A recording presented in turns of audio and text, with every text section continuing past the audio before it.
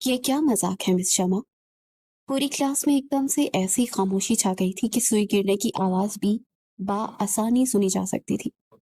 40 के करीब स्टूडेंट्स ने अपनी सांसें रोके कटहरे में खड़ी शमा और गुस्से से देखते प्रोफेसर शहराम को देखा। उसके चौड़े माथे पर इस वक्त दर्जनों बल पड़े हुए थे। उसके हाथ में शमा की असाइनमेंट थी। शराम की रूपदार और पुरवकार शख्सियत के सामने अच्छे अच्छों के पसीने छूट जाते थे। मगर शमा, वो तो जैसे किसी और ही मिट्टी की बनी थी। 10 साल का फर्क था उन दोनों में। शेराम उसका सगा ताया जात था और घर में भी शबा की उस लाओबाली और नटखट तबीयत से उसे सख्त चिढ़ थी।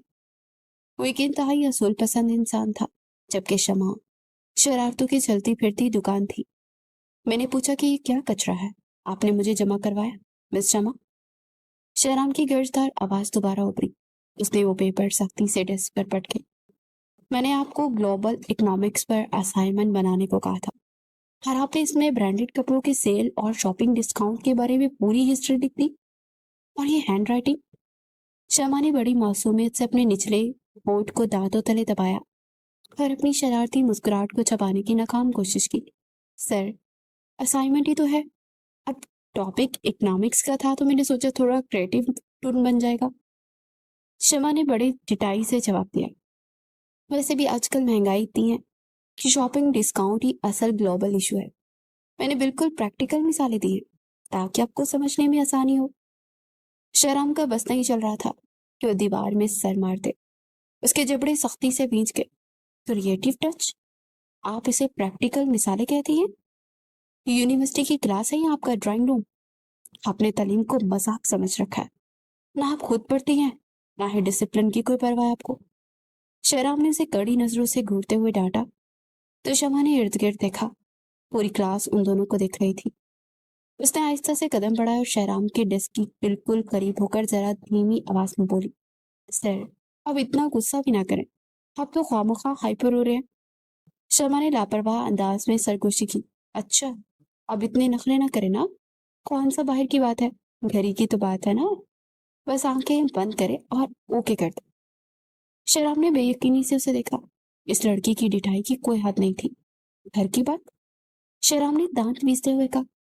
उसकी आवाज अब और ज्यादा सर्द और काटदार हो चुकी थी। ये यूनिवर्सिटी है मिस जमा, और यहाँ आपका प्रोफेसर हूं मैं। और जो फजूलियत आपने इस पेपर पर उतारी है, इस पर आपको कोई मार्क्स नहीं मिलने वाले। अब लाइट नहीं थी, रात को तो मैंने अंधेरे में ही लिख दिया। इसमें मेरा क्या कसूर है? और वैसे भी हैंडराइटिंग में क्या ही देखेंगे आप। डॉक्टर कितनी गंदी हैंडराइटिंग लिखते हैं। मगर फिर भी दवाइयों के नाम तो समझ में आ ही जाते हैं ना। तो थोड़ी सी आप भी समझ कर इस्तेमाल कर ले। शमा ने फौरन हाजिर जवाबी से काम लिया। पूरी क्लास में दबी दबी हंसी की आवाजें गूंजने लगी।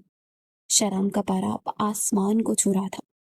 उसने उंगली से दरवाजे की तरफ इशारा किया। Get out from my class अभी, और इसी वक्त बाहर निकल जाए। शराम का हतमाई फैसला सुनकर शमा का मुंह खुले का खुला रह गया।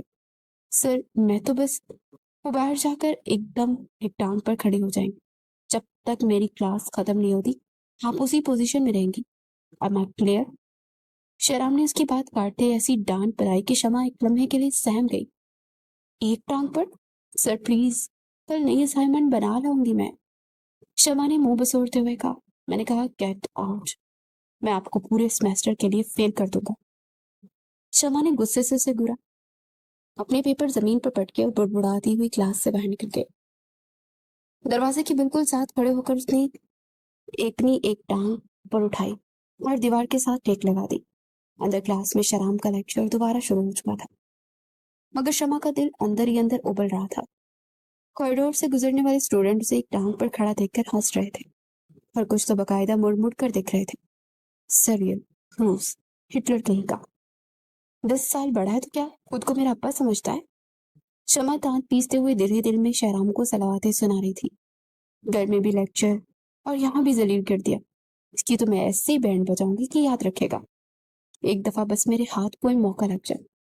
वो मुसलसल अपनी दुखती हुई टांग को बदल रही थी, कभी दाएं तो कभी बाएं।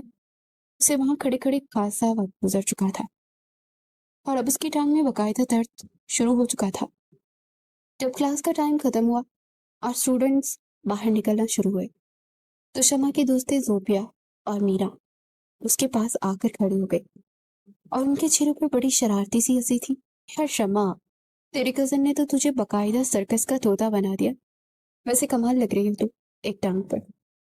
शमा ने हंसते हुए उसके कंधे पर मुक्का मारा। बकवास बंद करो, मेरी तो टांग ही सुन हो गई है। जालिम इंसान को जरा तरस नहीं आया मुझ पर, जैसे नाजुक और मासूम बच्ची पर इतना जुल्म करते। उसके हाथ नहीं कांपे। शमा ने अपनी टांग को जमीन पर रखते गुस्से से कहा और अपना जूता ठीक किया। मासूम, और तुम दोनों कजन्स की दुश्मनी तो पूरे कैंपस में मशहूर है। वो शराम सर है, परफेक्ट और गुस्से के तेज, और तुम तो एक नंबर की। जोबिया ने शमा का जला भुना चेहरा देखकर अपनी बात को अधूरा छोड़ते हुए कहा, अच्छा अच्छा चलो गुस्सा छोड़ो, आओ कुछ खिलाते हैं। शमा का हाथ पकड़ते उसे कैंटीन की तरफ चलने का इशारा किया। कुछ देर बाद तीनों यूनिवर्सिटी की कैंटीन की तरफ चलने लगी थी। एक कोने में बैठी चिप्स और कोल्ड ड्रिंक भी वो उड़ा रही थी।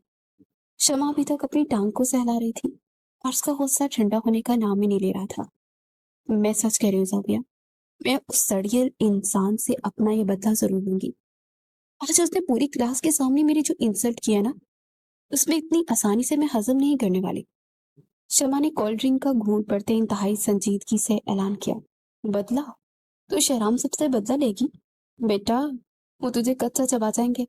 घर में वैसे ही तेरा साया साथ है। तेरी मामा से शिकायत लगाती तो तेरा जेब खर्च भी बंद हो जाएगा। मेराल ने हंसते उसे डराना चाहा। शमा कुछ जवाब देने ही लगी थी कि अचानक उसकी नजरें कैंटीन के शीशे वाले दरवाजे से बाहर राहदारी की तरफ उठी और वहीं ठहर गई। ओ, वो देखो जरा। शमा ने आंखें सिकोड़ते हुए इशारा किया। जोबी और मिराल ने फौरन मुड़कर देखा। कैंटीन के बाहर कॉरिडोर में प्रोफेसर शराम और मिस फारीना एक दूसरे के बिल्कुल करीब खड़े थे। मिस फारीना इंग्लिश डिपार्टमेंट की प्रोफेसर थी। अपनी खूबसूरती, मॉडर्न ड्रेसिंग और नखरों की वजह से पूरे कैंपस में मशहूर थी। शराम, जिसके माथे पर हर वक्त शमा को देखकर बल पड़े रहते थे और वो जूसू असूलों का पहाड़ बना रहता था, उस वक्त मिस फारीना के सामने खड़ा हल्की हल्की मुस्कुराहट के साथ कुछ बात कर रहा था।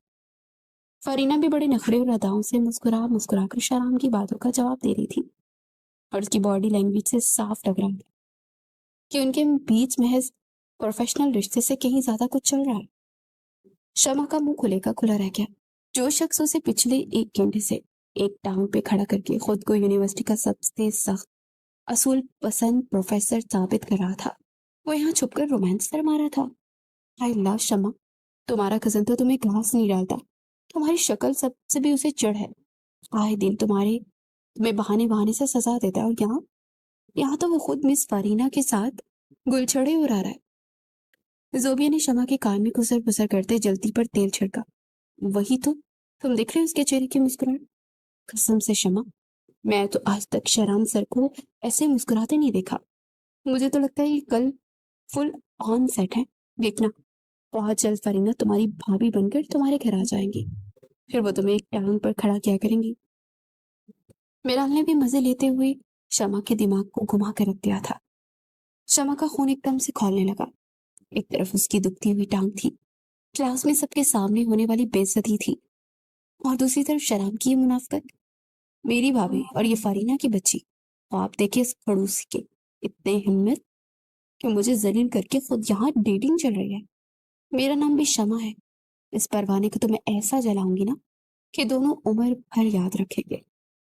शमा ने गुस्से से मेज पर मुक्का मारा और अपनी कुर्सी से उठ खड़ी हुई। अरे अरे, क्या कर रही हो पागल? कहाँ जा रही हो? सीधा सीधा उड़ने लड़ने मत जाना। जोबिया ने घबरा कर उसका हाथ पकड़ा। लड़ने नहीं जा रही, जासूसी करने जा रही हूँ। मुझे पता तो चले कि ये खड़ूस आखिर खिचड़ी क्या पका रहा है। शर्मा ने जोबिया का हाथ झटका और बिल्ली की तरह दबे कदमों कैंटीन से बाहर राहदारी की तरफ खिसक गई। शराम और फरीना कॉरिडोर के एक सुनसान कोने में खड़े थे, जहां आमतौर पर स्टूडेंट का आना जाना कम होता था। शमा एक बड़े से पिलर के पीछे छुपकर खड़ी हो गई, जहां से वो उनकी बातें आसानी सुन सकती थी। उसने अपने कान पिलर की तरफ लगाए, अपनी सांस रोकी और पूरी तवज्जो से उनकी गुफ्तगू पर मरकूज कर दी। देखिए शाराब, आप हमेशा मुझे डांट दिलवाते हैं। हम पिछले 6 माह से एक दूसरे को जानते हैं, मगर आपने कभी मुझे वो अहमियत नहीं दी जो एक। फरीना की आवाज में एक मस्तूरी सी खफगी और नखरा था। तुम गलत समझ रहे हो फरीना। मैं जानता हूँ मैंने तुम्हें टाइम नहीं दिया, मगर आज रात मैं तुम्हें शिकायत का कोई मौका नहीं दूंगा। शराब की भारी और मर्दाना आवाज में कैसी नरमी थी जो शमा के लिए बिल्कुल अजनबी थी। उसने हैरत से अपने दांत पीसे। अच्छा जी, आज रात को शिकायत का मौका नहीं मिलेगा। बड़े रोमियो बने फिर रहे हैं। तो फिर कहाँ मिल रहे हैं हम आज रात? फरीना की आवाज में अब खुशी झलक रही थी। पर कॉन्टिनेंटल होटल, रात 8 बजे। टेबल में बुक करवा लूंगा। तुम्हारा मैं इंतजार करूंगा फरीना।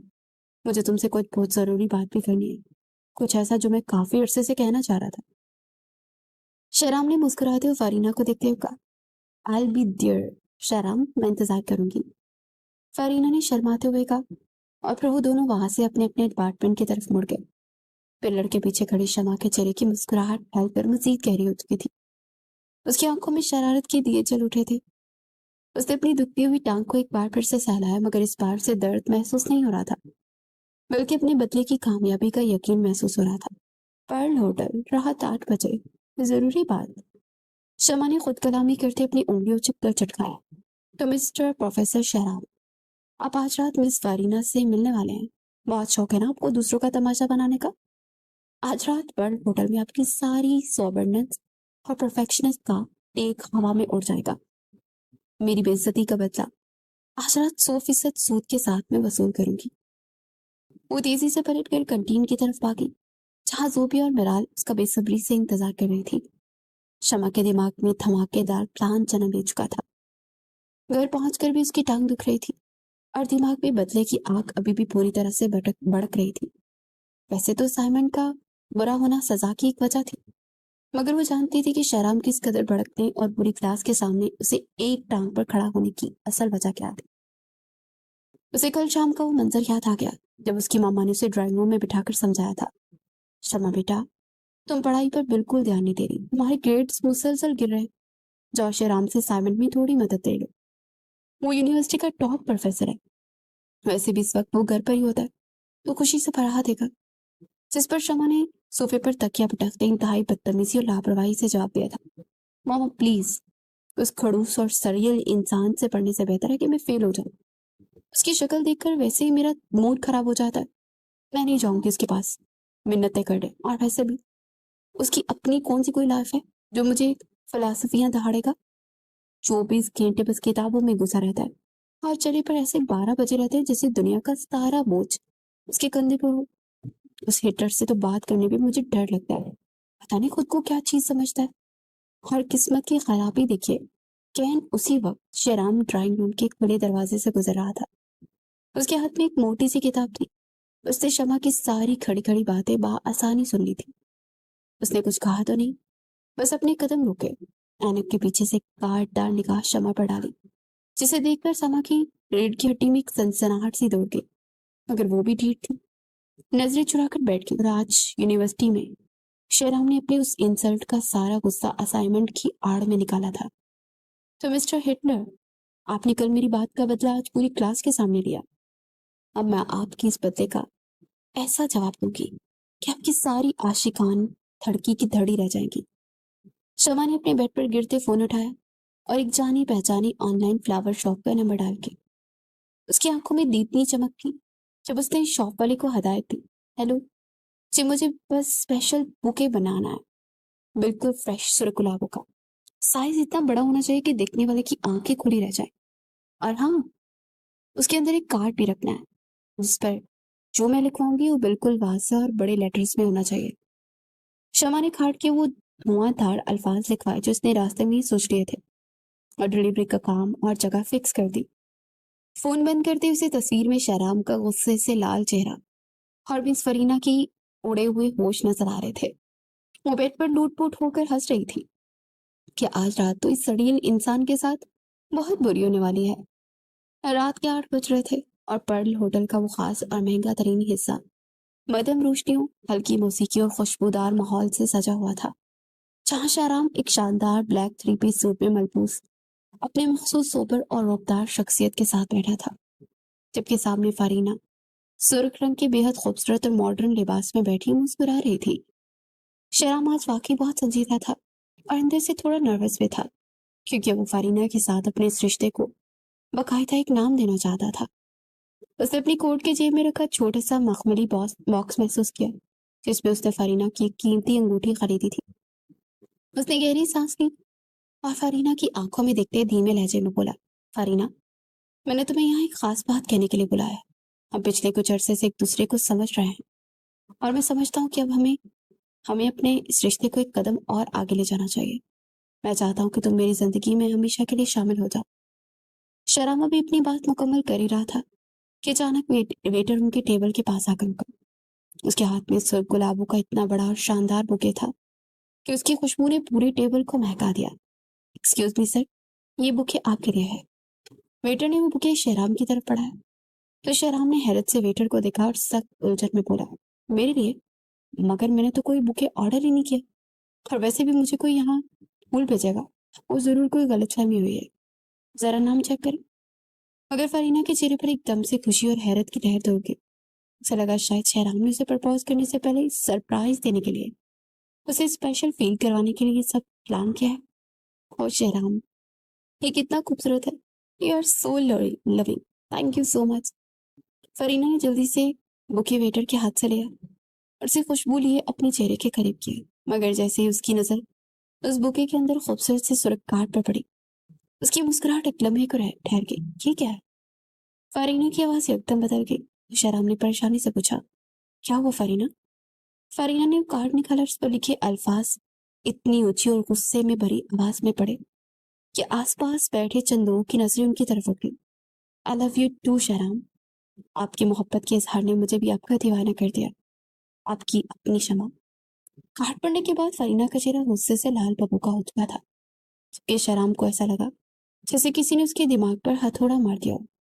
शमा का नाम सुनते ही उसकी आंखों में खून उतर आया और सारा रोमांची माहौल एक सेकंड में किसी भयानक ख्वाब की तरह तबाह हो गया।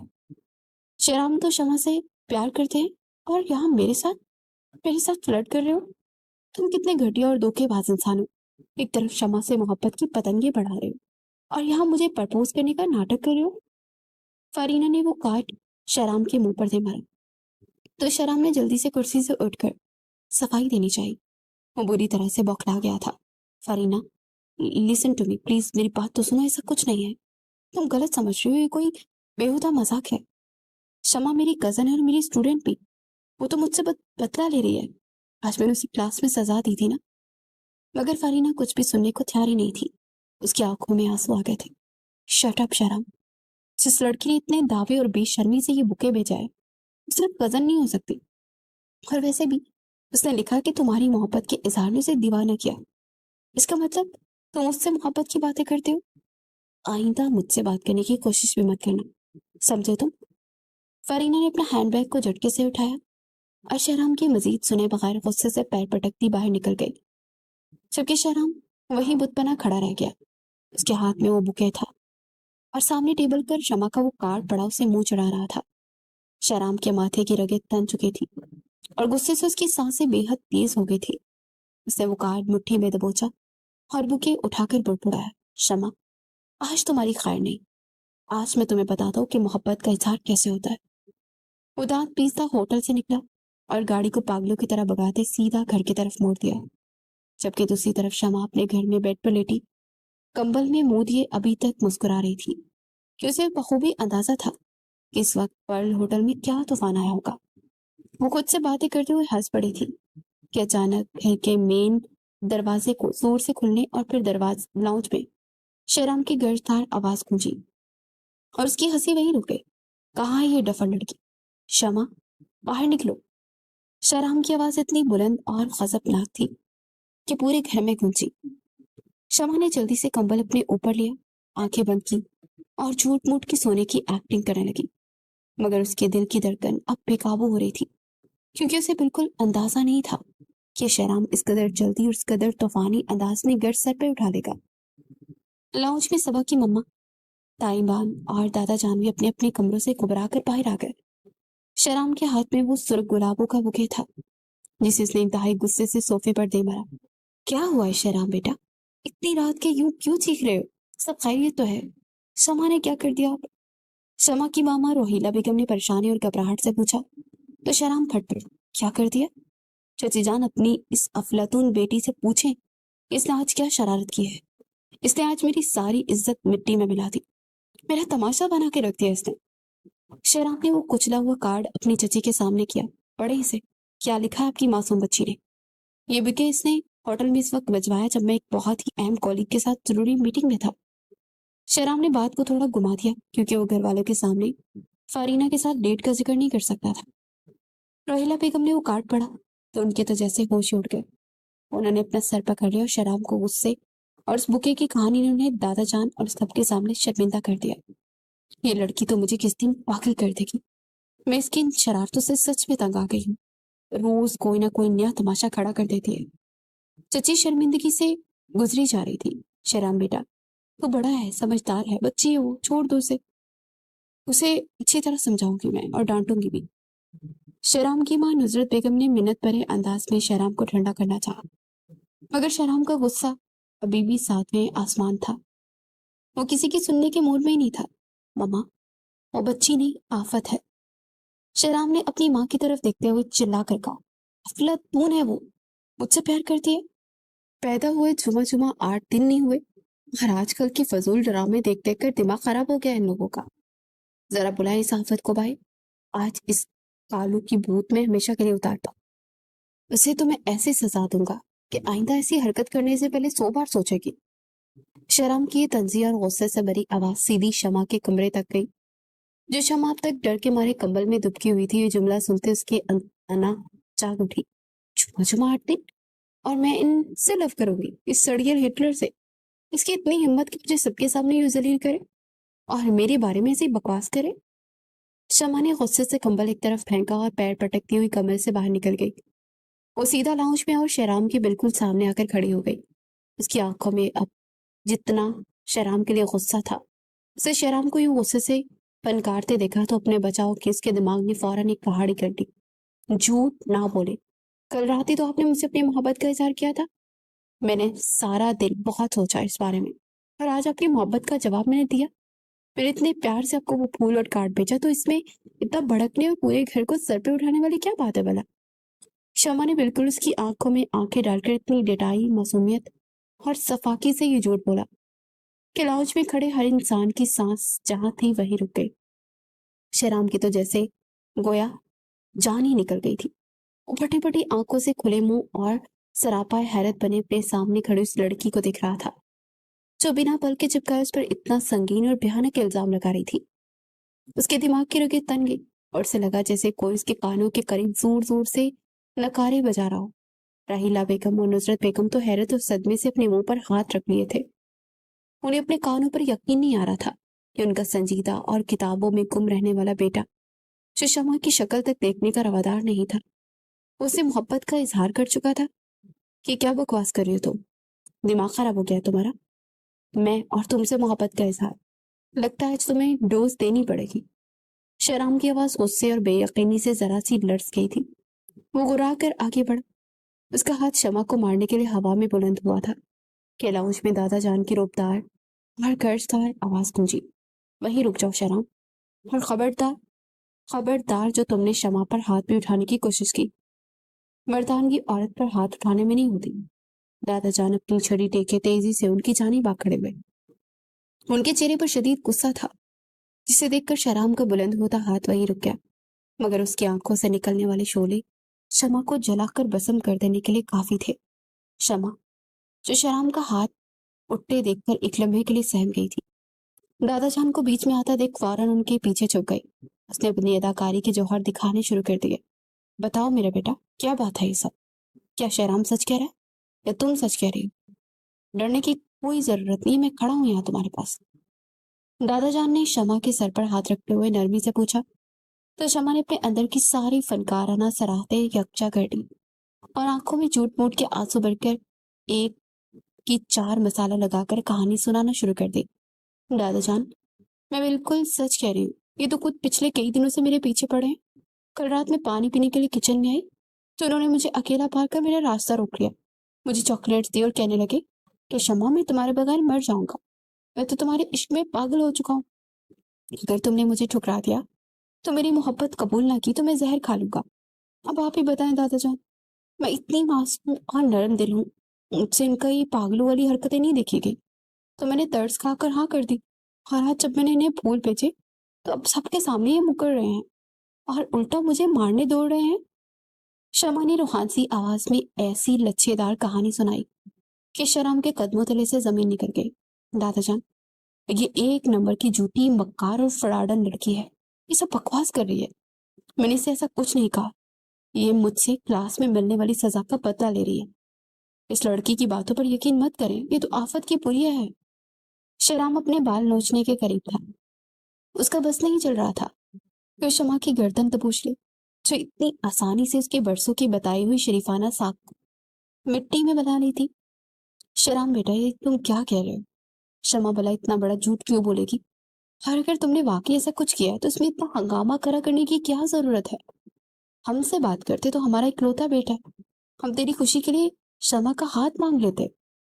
नुजरत बेगम ने हैरानी और थोड़ी खफगी से अपने बेटे को देखा तो शहराम ने बेबसी से अपना सर पीट लिया। मामा, आप इसकी बातों में आ रही हैं। अब जानती है मुझे, मैं और इस चुड़ैल से मोहब्बत। मैं तो उसकी शक्ल देखना पसंद नहीं करता। ये सब इसकी साजिश है। ये पर्ल होटल में मेरे पीछे पीछे आई थी ताकि मेरी शराम बोलते बोलते एकदम रुक गया, क्योंकि पर्ल होटल में फरीना के साथ होने वाली मुलाकात का जिक्र सबके सामने करना मायूब था। उसकी खामोशी ने शमा की झूठी कहानी को मजीद सच्चा साबित कर दिया। देखा दादाजान, अब खुद ही चुप हो गए क्योंकि सच सामने आ गया है। पर्ल होटल में इन्होंने मुझे मिलने के लिए बुलाया था, मगर मैं डर गई थी, इसलिए मैंने बस फूल भिजवा दिए। शमा ने मौके का भरपूर फायदा उठाते एक और तीर छोड़ा। शहराम की आंखों में खून उतर आया। वो दांत पीसता शमा की तरफ लपकना चाहता था। बस, बहुत हो गया तमाशा। दादाजान की गर्जदार आवाज ने पूरे लाउंज में सन्नाटा कर दिया। उन्होंने गहरी नजर शहराम पर डाली, फिर शमा को देखा। उनकी आंखों में खानदानी वकार और इज्जत का पास था। हमारे खानदान की रवायात बड़ी सख्त है और बात यहाँ तक पहुंच चुकी है और तुम दोनों ने एक दूसरे को पसंद भी कर लिया, और शमा ने तुम्हारी मोहब्बत में तुम्हें फूल बेचकर इकरार भी कर लिया। तब इस घर की इज्जत और वकार इसी में है कि तुम दोनों का निकाह कर दिया जाए। खानदान की बच्ची है, मैं अपनी पकड़ी ऐसे नहीं उछलने दूंगा। ये निकाह अभी और इसी वक्त होगा। दादाजान के इस हतमी फैसले ने लाउंज में जैसे बम फोड़ दिया। राहिला बेगम और नुदरत बेगम के खुले मुंह खुले के खुले रह गए। शमा जब तक अपनी अदाकारी और बदले के नशे में चूर शहराम को जलील होता देखकर दिल ही दिल में कहके लगा रही थी। दादाजान के अल्फाज सुनकर उसकी तो जैसी जान ही निकल गई। उसकी आंखें फटी की फटी रह गई और दिल जोर जोर से धड़कने लगा। निकाह, वो भी सेटलर से? वो तो बस फरीना और शहराम के रिश्ते में आग लगाने और अपना बदला लेने के लिए ये सब कर रही थी। उसे तो ख्वाब में भी नहीं सोचा था कि उसका ये मजाक और झूठ उसके अपने ही गले का फंदा बन जाएगा। दादाजान, ये आप क्या कह रहे हैं? निकाह? नहीं, मेरा मतलब है मैं भी पढ़ रही हूँ, अभी इतनी जल्दी क्या है? हम बाद में भी तो सोच सकते हैं ना। शमा ने हकलाते हुए बात बदलनी चाहिए। उसके माथे पर पसीना आ गया था। क्या? दादाजान, मैं इस झूठी और मक्कार लड़की से निकाह करूंगा? कभी नहीं। मैंने कहा ये झूठ बोल रही है, मैं मर जाऊंगा मगर इससे शादी नहीं करूंगा। शहराम ने गुस्से में चीखते हुए बगावत कर दी। उसका चेहरा सुर्ख हो रहा था और वो किसी भी सूरत उस बेबुनियाद और घटिया मजाक की भेंट चढ़ने को तैयार नहीं था। शहराम, आवाज नीचे। तुम मुझसे ऊंची आवाज में बात कर लो। तुमने इस बच्ची के साथ मोहब्बत के दावे किए, इसे ख्वाब दिखाए, और अब जब बात खुल गई तो मुकर रहे हो। ये हमारे खानदान का शेवा नहीं है। दादाजान ने सख्ती से कहा। मैंने कोई बात नहीं किया दादाजान। आप इस लड़की से पूछें कि कितना बड़ा झूठ बोल रही है। शमा, सच बताओ सबको, वरना मैं तुम्हारी जान ले लूंगा आज। राम ने शमा की तरफ कदम बढ़ाते दहाड़ा, मगर शमा जानती थी कि अगर उसने इस वक्त सच बोल दिया तो दादाजान और उसकी मम्मा उसे जिंदा नहीं छोड़ेंगे, और वो बुरी तरह अपनी बनाई हुई दलदल में फंस चुकी थी। उसे खामोशी से सर झुका दिया और नकली आंसू बहाने लगी। मैंने फैसला सुना दिया है शहराम। अगर मेरी बात काटी तो याद रखना, तुम मेरा मरा हुआ मुंह देखोगे। फैसला तुम्हारे हाथ में है। तुम मेरी मौत का तमाशा देखना चाहते हो? दादाजान ने अपने सीने पर हाथ रख के अपनी आखिरी और सबसे बड़ा हथियार इस्तेमाल किया। उनके इस जज्बाती ब्लैकमेलिंग ने पूरे घर में एक मातमी खामोशी तारी कर दी थी। नुदरत बेगम फौरन रोती हुई शहराम के पास गई। खुदा के लिए मान जाओ शहराम, तुम अपने दादा की जान लोगे क्या? अगर उन्होंने फैसला कर दिया है तो मान ले बेटा, वरना उन्हें कुछ हो गया तो हम सारी जिंदगी खुद को माफ नहीं कर पाएंगे। नुदरत बेगम ने शहराम के बाजू पकड़कर रोते ही इल्तिजा की। शहराम बेबस और गुस्से के मारे जमीन पर गिरा जा रहा था। वो दादा जान की कसम और उनकी बिगड़ती तबीयत के आगे मजबूर हो गया था। उसने एक इंतहाई जहरीली और नफरत भरी निगाह शमा पर डाली, ऐसे निगाह जिसमें शमा के लिए मुकम्मल तबाही का पैगाम था। वो दांत पीसता हुआ पीछे हटा। ठीक है दादा जान, अगर आपकी यही मर्जी है तो मुझे कबूल है, मगर याद रखिएगा, इस झूठ की कीमत इस लड़की को जिंदगी भर चुकानी पड़ेगी। शहराम के एक एक लफ्ज से आग बरस रही थी। शमा वहीं बुत बनी खड़ी थी। वो चाहकर भी उस निकाह से निकल नहीं पा रही थी। उसका दिमाग सुन्न हो चुका था और दिल डूब रहा था। वो खुद को कोस रही थी कि उसने इतना बड़ा पंगा क्यों लिया। मगर फिर अचानक उसके दिमाग के किसी कोने में मिस फरीना का गुस्से से लाल चेहरा याद आया। बड़ी शरीर से मुस्कुराहट के उसने दिल पर सर उठाया। शमा ने अपने आंसू साफ करते दिल ही दिल में एक नया अज़्म किया, क्योंकि उसके हाथ पांव अभी तक अचानक होने वाले निकाह के खौफ से ठंडे पड़ रहे थे।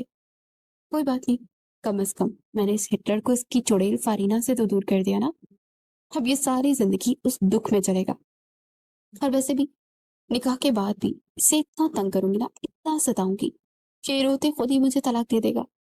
फरहान साहब और अख्तर साहब भी आ चुके थे और उनकी बेगमात ने उन्हें सारी सूरत हाल से आगाह कर दिया था। वो भी दादा जान के फैसले के आगे सर कम कर चुके थे। घर में एक अजीब सी अफरा तफरी मच चुकी थी।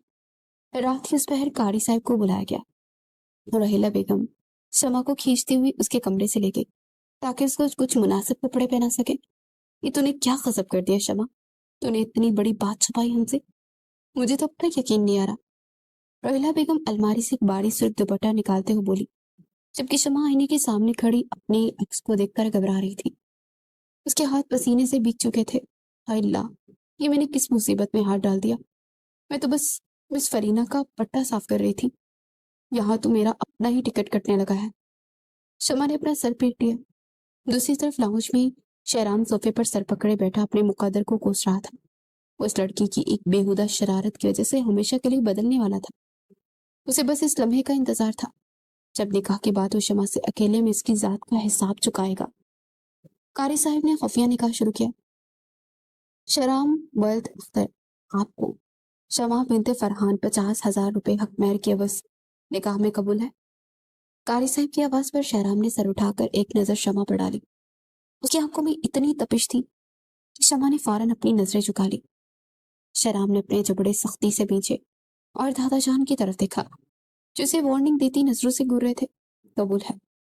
3 बार ये अल्फाज अदा करने के बाद कारी साहब ने शमा से भी यही सवाल किया। शमा के हाथ पसीने से भीग चुके थे। उसका दिल कर रहा था कि वो चीख चीख कर सबको सच बता दे, मगर दादा जान का गुस्सा और शहराम का खौफ उसे खामोश रहने पर मजबूर कर रहा था।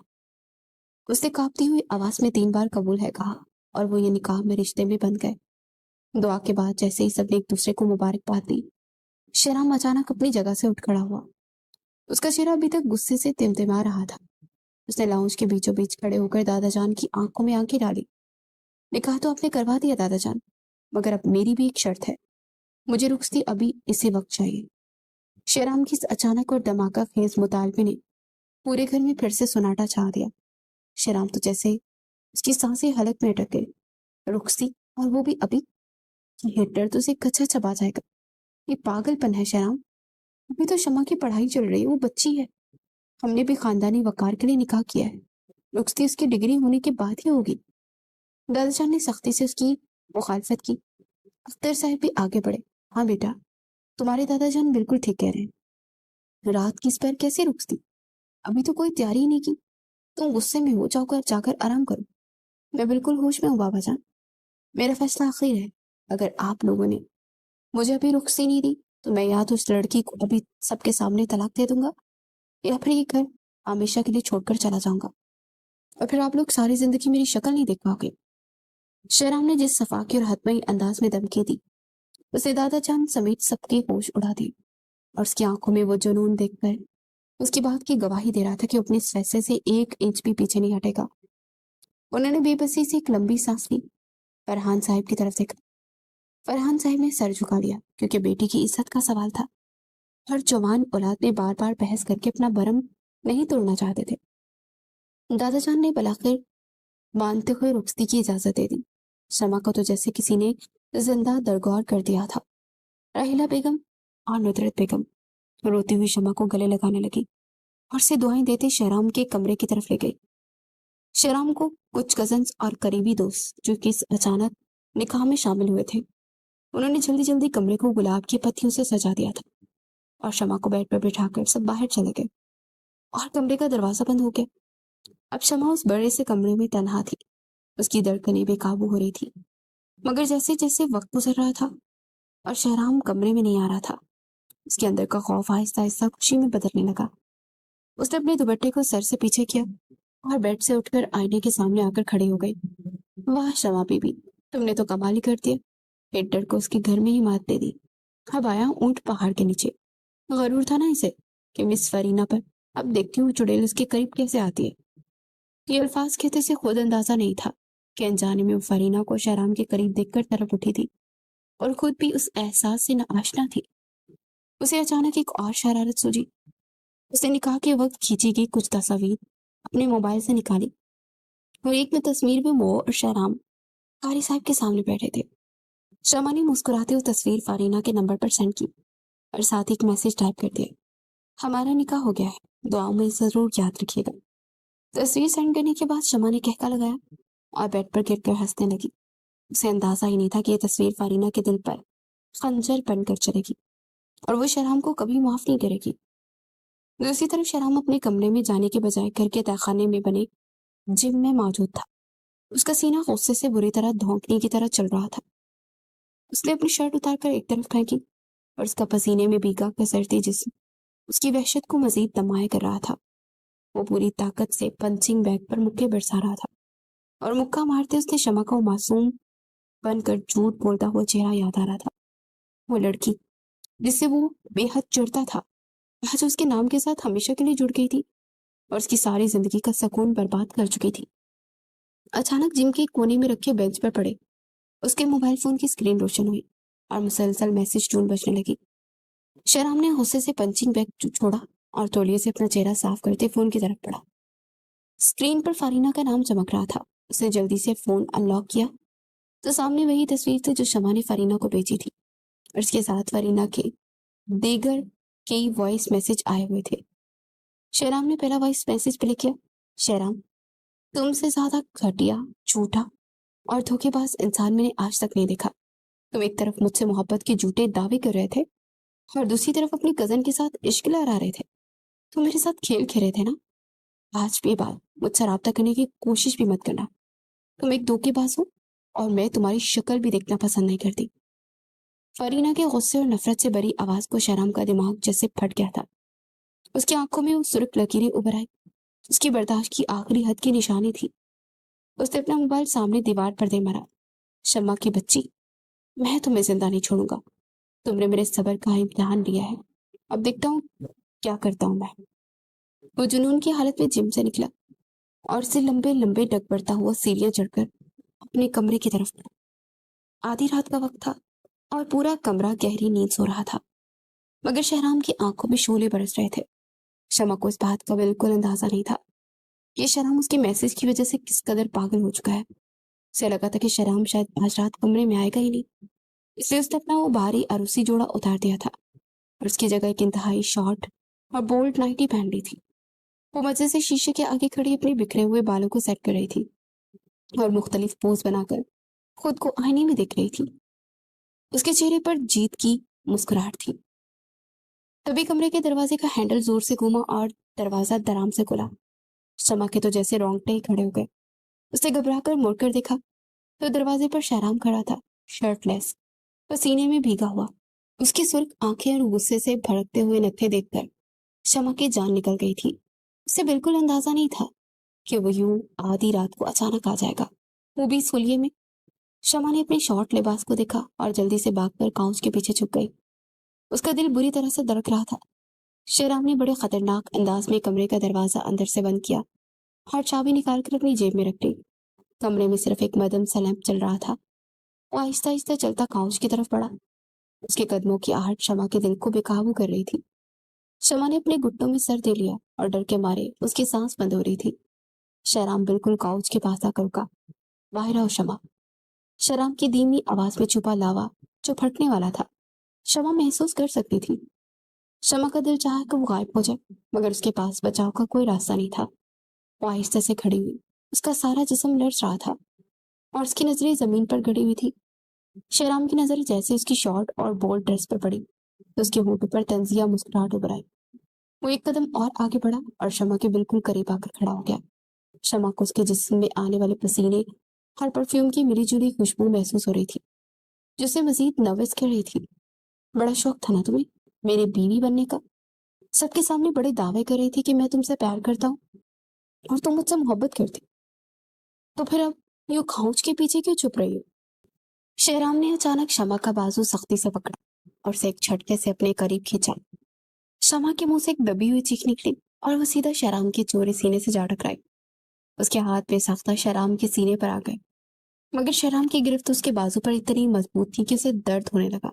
मुझे छोड़े, दर्द हो रहा है, प्लीज मुझे जाने दे। शमा की आंखों में अब सच्चे आंसू आ गए थे। उसका सारा गुरूर और मुस्कुराहट हवा में उड़ चुकी थी। अब वो भीगी बिल्ली बनी हुई थी। शेराम ने उसकी इल्तिजा को यकसर नजरअंदाज कर दिया और उसकी आंखों में आंखें डालकर झुका। जाने दो, और वो भी आज की रात। तुमने फरीना को तस्वीरें बेचकर जो चांद चढ़ाया ना, उसकी कीमत तो तुम्हें अदा करनी पड़ेगी। तुमने खुद इस आग में हाथ डाला है, अब तुमने जलने से कोई नहीं बचा सकता। शेराम की आवाज सरगोशी में बदल चुकी थी, जिसने शमा के पूरे वजूद को सनसना कर रख दिया। उसने शमा के बिल्कुल करीब आकर उसके गाल पर अपने गर्म सांसों की तपिश छोड़ी। शमा का सारा जिस्म अजीब सी सनसनाहट से लरसने लगा। उसे समझ नहीं आ रहा था कि हिटलर इंसान अब उसके साथ क्या करने वाला है। वो बेबसी उसे देख रही थी और शेराम की आंखों में इस वक्त बदले का वो जुनून था जो आज की रात किसी भी हद से गुजर जाने के लिए बेताब था। शेराम की गिरफ्त शमा की कमर पर मजीद सख्त हो गई। उसने शमा को अपने वजूद के इतना करीब कर लिया कि दोनों के दरमियान हवा का गुजर भी मुश्किल हो गया। शमा की सांसें बेतरतीब हो चुकी थी।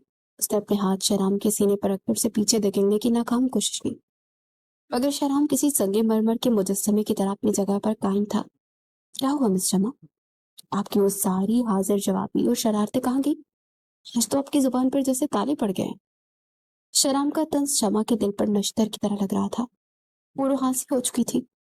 उसकी आंखों से आंसू टूटकर उसके गालों पर बहने लगे। उसने इल्तिजा भरी नजरों से शेराम को देखा। मैंने जो भी किया वो आपके इस गुस्से का बदला था। आपने मुझ पर क्लास में निकाला। मुझे माफ कर दे। मैं आइंदा आपके किसी मामले में दखल नहीं दूंगी। मैं तो बस फरीना को जलाना चाहती थी। मुझे नहीं पता था कि बात इतनी आगे बढ़ जाएगी। शमा की हिचकियां बंद हो गई थी। वो वाकई अपने किए पर पछता रही थी, मगर शेराम के दिल में उस वक्त रहम का कोई जज्बा नहीं था। बदला तुमने लिया था, मगर इसका अंजाम मैं तय करूंगा। तुमने मेरी जिंदगी का सबसे अहम दिन बर्बाद किया। मेरी साख को मेरे ही खानदान के सामने खाक में मिला दिया। अब तुम इस कमरे में मेरी मर्जी के बगैर एक सांस भी नहीं ले सकती। तुमने मेरी बीवी बनने का जो नाटक रचाया है, उसे पूरी ईमानदारी से निभाना भी पड़ेगा। शेराम ने शमा को एक हल्का सा झटका दिया और उसे बेड की तरफ धकेला। शमा लड़खड़ाती हुई बेड पर गिरी और उसने खौफ से अपने घुटने सीने से लगा लिए। शेराम आहिस्ता आहिस्ता चलता उसकी तरफ बढ़ रहा था। उसकी आंखों में एक ऐसा जुनून और दीवानगी थी जो शमा ने पहले कभी नहीं देखी थी। कमरे की खामोशी में सिर्फ शेराम की भारी कदमों की आहट और शमा की तेज सांसों की आवाज गूंज रही थी। बहुत मोहब्बत करता हूं ना तुमसे, और तुम मुझसे। चलो आओ, आज इस मोहब्बत को खराज तहसीन पेश करूं। शेराम की मदहोश कन सरगोशी ने शमा के पूरे वजूद को बर्फ की तरह सुन कर दिया था। शेराम ने आगे बढ़कर उसका बाजू अपने मजबूत हाथों में दबोचा और उसे खींचना चाहा, मगर शमा की जान पर बनी हुई थी। उसने अपनी पूरी ताकत लगाते खुद को छुड़ाने की कोशिश की, और जब कोई रास्ता नजर न आया उसने झुककर शेराम की कलाई पर अपने दांतों से जोरदार काट दिया।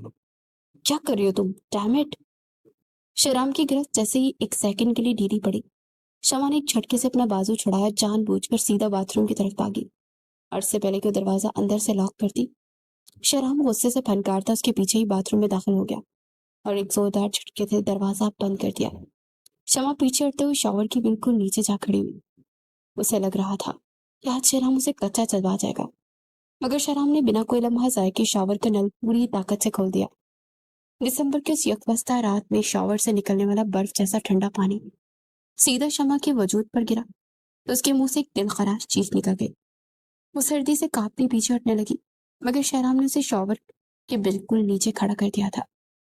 पानी की ठंडी बूंदें शमा के चेहरे और उसके शार्ट लिबास को भिगो रही थी। वो बुरी तरह से लड़स रही थी और उसके होंठ सर्दी के मारे नीले पड़ने लगे। शराम जो उसे उसकी शरारत की कड़ी सजा देने के इरादे से वहां लाया था, अचानक जैसे किसी शहर में झगड़ा गया, उसे शमा की तरफ देखा। वो पानी में मुकम्मल तौर पर भीग चुकी थी। उसके गीले बाल उसके चेहरे पर गर्दन से चिपके हुए थे और उसका होशरुबा और लड़ता हुआ भीगा चेहरा देखकर शहराम की हार्ट बीट एक पल के लिए जैसे रुक सी गई। वो लड़की जिसे वो चिढ़ता था, जो उसकी नजर में सिर्फ एक आफत थी, आज इस हुलिये में उसने अपने हवासों पर हावी होती हुई महसूस हो रही थी। उसके अंदर का गुस्सा अनजानी तपिश और शदीद कशिश में बदलने लगा। शमा ने कांपते अपने दोनों हाथ अपने चेहरे पर रख लिए। "प्लीज, मुझे मुझे सर्दी लग रही है।" उसकी सिसकियों ने आखिरकार शराम को अंदर के पत्थर दिल इंसान को पिघला दिया। उसने फौरन आगे बढ़कर शावर बंद किया और इससे पहले कि शमा सर्दी और कमजोरी से फर्श पर गिरती, शराम ने अपने मजबूत बाजू को उसकी कमर के गिर्द घायल किया और उसे अपने सीने से लगा लिया। शमा बेसाख्ता उसकी बाहों में झूल गई। उसका सारा जिस्म ठंड से लरस रहा था। वो शराब की गर्म और पसीने में भीगे सीने के साथ लगकर गर्माहट महसूस कर रही थी, जिसकी उसे इस वक्त शदीद जरूरत थी। शेराम ने उसे उठाया और वापस कमरे में लाकर नरमी से बेड पर लिटाया। कमरे में मध्यम सी रोशनी थी और शमा सर्दी से सुकड़ रही थी, और जैसे ही वो नींद बेहोश थी, शेराम ने एक लम्हे के लिए उसके मासूम चेहरे और भीगे हुए सरापे को देखा और खुद पर काबू न रख सका। उसे गीले लिबास से राहत दिलाना जरूरी था। फिर वो झुका और उसने अपने गर्म लबों की तपिश शमा के सर्द माथे पर रख दी और अपने जिस्म की गर्माइश उसे देने देते गुस्से में पनपते लब एक दीवाना वार और बेबाक मोहब्बत में बदल गए। उन्हें खुद भी अंदाजा न हुआ कि शराब ने शमा का वो गर्माहट दी जिसने उसकी सारी सर्दी और सारा खौफ पिघला कर रख दिया था, और उसने हद पार करते शमा को मुकम्मल तौर पर अपना लिया। अगली सुबह जब खिड़की से धूप कमरे में दाखिल हुई तो शमा का जिस्म बुखार से तप रहा था। रात की उस सर्दी और फिर शराब की उस बेपनाह कुर्बत ने उसे नढाल कर दिया था। वो बेड पर नीम खनूदगी की हालत में पड़ी थी जब शराब यूनिवर्सिटी जाने के लिए तैयार होकर आईने के सामने खड़ा अपने कफलिंग्स दुरुस्त कर रहा था। वो तैयार होकर बेड के पास आया और शमा के चेहरे पर बिखरे बालों को पीछे हटाते उसके बिल्कुल करीब झुका। "ये तो तुम्हारी इस बड़ी शरारत की छोटी सी सजा थी मिस शमा।" शराब की आवाज में धीमी मगर खतरनाक धमकी थी। "अगर तुमने घर में कुछ बताया तो याद रखना, आज रात में तुमसे सारे होशो हवास में वो हक लूंगा और ऐसी इंतहा करूंगा कि तुम बर्दाश्त नहीं कर पाओगी।" शमा ने डर के मारे आंखें बंद कर ली और अस्पात में सर हिला दिया। वो इतनी खौफजदा थी कि उसकी जुबान से एक लफ्ज ना निकल सका। शराब उसे धमका कर कमरे से निकल गया, मगर थोड़ी ही देर में पूरा घर शमा के कमरे में इकट्ठा हो चुका था। दादा जान, रोहिला बेगम, नुसरत बेगम सब परेशान थे कि रातों रात उसे इतना तेज बुखार कैसे हो गया। सब उसकी तीमारदारी में लग गए। कोई पट्टियां कर रहा था तो कोई सूप बनाकर ला रहा था, मगर शमा का दिल जानता था कि इस बुखार की असल वजह क्या है। कुछ दिन यूं ही गुजर गए। शमा की तबीयत आहिस्ता आहिस्ता संभलने लगी, मगर इन दिनों शराम उसके पास कमरे में नहीं आया था। वो अपना सारा सामान लेकर अपने स्टडी रूम में शिफ्ट हो गया और वहीं सोता था। वो शमा से कतराता था क्योंकि वो खुद भी रात की इस दीवानगी पर हैरान था। वो अपने गुस्से को काबू में क्यों नहीं रख सका। उन्हीं दिनों यूनिवर्सिटी में एक और दिलचस्प वाकया पेश आया। शराम एक दिन डिपार्टमेंट की सीढ़ियों से उतर रहा था जब उसकी नजर कॉरिडोर में खड़ी मिस फारीना पर पड़ी। वो एक और प्रोफेसर के साथ खड़ी उतनी ही नखरीली अदाओं में हंस हंस कर बातें कर रही थी जैसे वो कुछ दिन पहले शराम से करती थी। शराम के कदम वहीं रुक गए। फारीना की नजर भी उस पर पड़ी तो वो मुस्कुराती उसके पास आई। "कैसे हो प्रोफेसर शराम? सुना है आपने अपनी स्टूडेंट कजन से शादी कर ली। खुद मुझे तो आपकी इस दोगली पॉलिसी का उस रात अंदाजा हो गया था। अच्छा ही हुआ मैंने टाइम पर आप जैसे इंसान से जान छुड़ा ली।" फरीना ने तंजिया लहजे में कहा। शहराम ने उसके चेहरे को देखा और उसे अचानक महसूस हुआ कि उसके दिल में फरीना के लिए कोई दुख या पछतावा नहीं है, बल्कि उसे एक अजीब सा सुकून महसूस हो रहा था। "हाँ मिस फरीना, मैंने शादी कर ली है और मुझे इस बात की खुशी है कि उस रात मेरी आंखों में वो पर्दा हट गया जो आपकी उस मस्नूई मोहब्बत ने डाल रखा था। आप जैसी औरत जो चंद दिनों में ही किसी दूसरे शख्स के साथ हंस बोल सकती है, वो भला मुझसे क्या मोहब्बत करती। मेरी कजन की उस शरारत ने मुझे एक बहुत बड़े धोखे से बचा लिया।" शहराम ने इतने पुरवकार और दोडक अंदाज में जवाब दिया कि फरीना का मुंह खुले का खुला रह गया। "तुम जैसे कंगले इंसान के पास इन बातों के अलावा और है क्या? हाँ?" फरीना ने खसियाती हुई बड़बड़ाती हुई वहां से चली गई। उस दिन शहराम ने फरीना को अपने दिलो दिमाग से मुकम्मल तौर पर निकालकर बाहर फेंक दिया और वो जान गया था कि जोड़ियां आसमान पर बनती हैं। जब शमा मुकम्मल तौर पर ठीक हो गई तो दादाजान के हुक्म पर उनके वलीमे की शानदार तकरीब का एहतमाम किया गया। घर के लॉन को रोशनी और फूलों से सजा दिया गया। शमा ने ब्लैक शॉकिंग पिंक और सिल्वर रंग का खूबसूरत बारी लहंगा पहन रखा था। उसका मेकअप और उसकी अदाएं उसे किसी परियों की कहानी की तरह शहजादी बना रही थी। शराम ब्लैक थ्री पीस सूट में उसके सामने खड़ा था और बार बार कनखियों से शमा के उस सहर अंगेज खूबसूरती को दिख रहा था। मेहमानों के जाने के बाद जब वो दोनों कमरे में आए तो शमा थक कर सोफे पर बैठ गई।